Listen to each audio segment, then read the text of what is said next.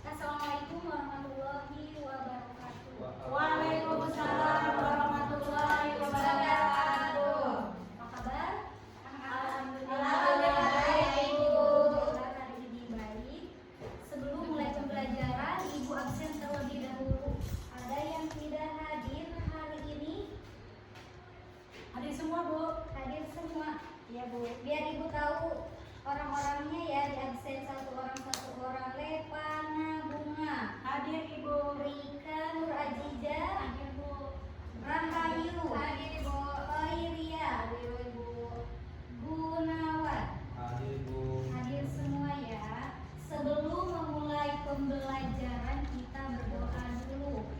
Hayya nabda biqiraatil al-basmalah. Bismillahirrahmanirrahim. Minggu kemarin kita sudah belajar teks deskripsi. Di sini masih ada yang ingat teks deskripsi itu apa? Coba Rahayu apa? Teks yang menggambarkan suatu objek. Ya, teks yang menggambarkan suatu Objek. Coba Gunawan diulangi dari tadi. Gunawan diem aja ngantuk. Teks deskripsi apa? Menggambarkan suatu. Menggambarkan sesuatu apa? Ayo diperhatikan. Teks deskripsi apa tadi Rahayu? Satu kali lagi. Menggambarkan suatu objek. Teks yang menggambarkan suatu objek. Jadi teks deskripsi itu teks yang menggambarkan suatu objek. Sekarang beralih, minggu sekarang kita akan membahas tentang, coba dilihat dulu. Di depan itu ada cara membuat sop buah. Siapa yang tahu ini termasuk ke dalam teks cerita apa? Cara membuat sop buah. Prosedur, Bu. Iya, siapa kamu? Lepana. Bagus, tepuk tangan dulu buat Lepana. Di sini itu cara membuat sop buah itu termasuk ke dalam teks prosedur. Apa itu teks prosedur, Ibu? Teks prosedur itu apa, Rahayu? Teks yang berisi cara untuk membuat atau melakukan sesuatu. Teks prosedur itu adalah teks yang berisi cara untuk membuat atau melakukan sesuatu.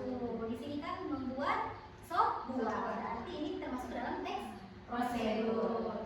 Lanjut, sudah bisa dipahami ya apa itu teks prosedur. Lanjut, di sini ada tujuannya. Teks prosedur itu tujuannya untuk apa, Rika? Coba dibacakan. Untuk memberikan petunjuk bagi pembaca tentang langkah-langkah secara urut dalam melakukan aktivitas atau menyelesaikan sesuatu. Jadi tujuan teks prosedur untuk memberikan petunjuk bagi pembaca tentang langkah-langkah secara urut. Jadi kalau misalnya kita mau membuat jelly, tidak ada urutan, tidak ada langkah-langkahnya, akan membuat jelly atau tidak? Tidak. Kalau kita mau menari tali sepatu, tidak ada langkah-langkahnya, akan tertali atau tidak? Tidak. Jadi kalau teks prosedur itu tujuannya untuk apa, coba? Ulangi lagi satu kali lagi biar ingat tujuannya untuk apa?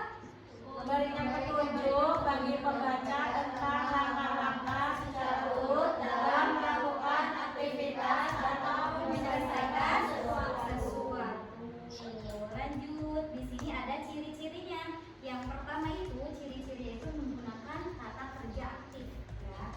Apa kata kerja aktif? Yang kedua bersifat universal. Artinya setiap orang itu dapat mengikutinya. Jadi kalau misalnya ada tutorial memakai kerudung, semua perempuan bisa mengikutinya. Atau ada tutorial memasak, orang lain juga bisa mengikuti, harus bisa mengikuti. Berarti sifatnya apa? Universal. Yang ketiga mengandung tahapan atau urutan kegiatan untuk melakukan sesuatu. Jadi kayak selanjutnya tahap yang pertama, yang kedua, ya seperti itu anak-anak.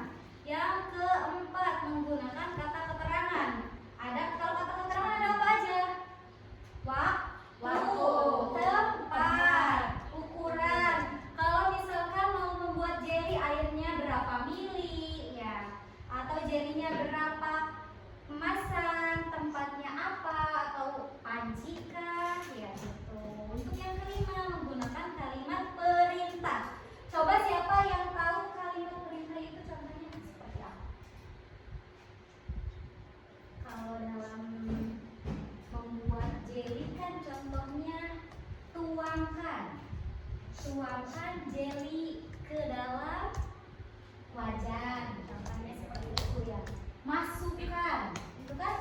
tiriskan ya.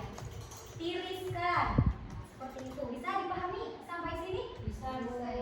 Untuk yang ke-6, menggunakan kata penghubung. Kata penghubung contohnya kita coba rahayu. Ada selanjutnya. Ya, ada selanjutnya.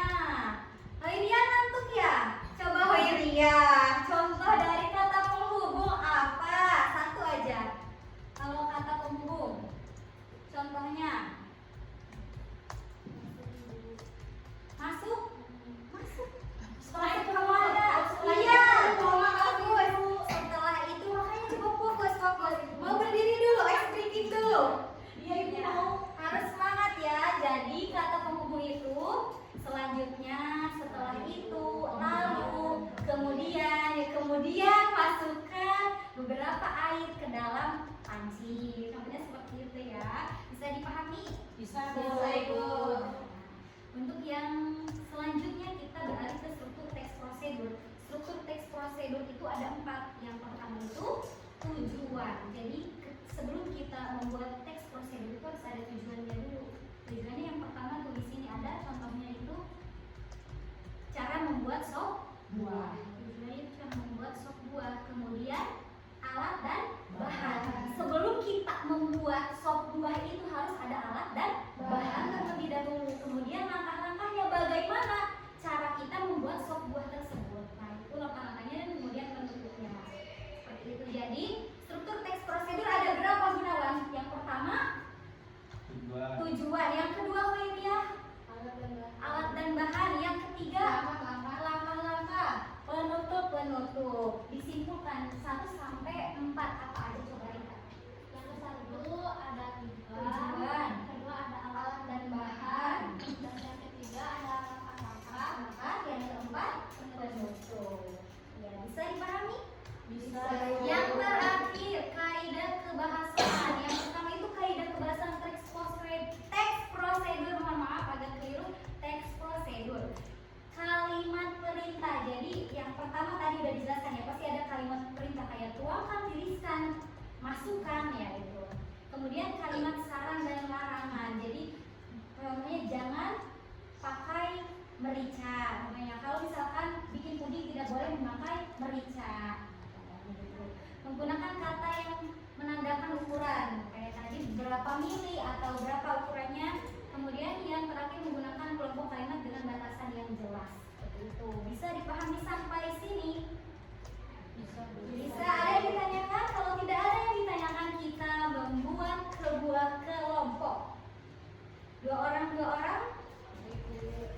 Di sini itu ada. Ya udah karena ada yang ganjil ya. Ini muridnya ganjil, jadi ada yang 3 orang, ada yang 2 orang. Silahkan dipilih. Ini ada sebuah kertas, isinya itu ada sebuah perintah membuat sesuatu. Jadi nanti kalian bikin sebuah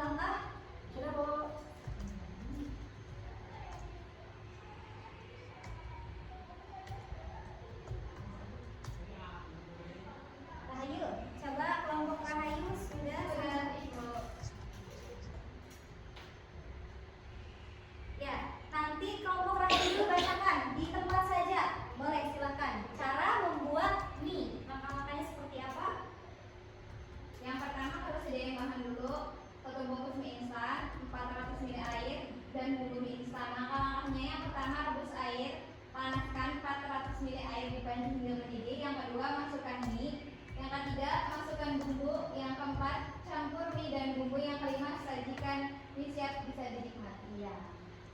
Tepuk tangan dulu untuk kelompok 1.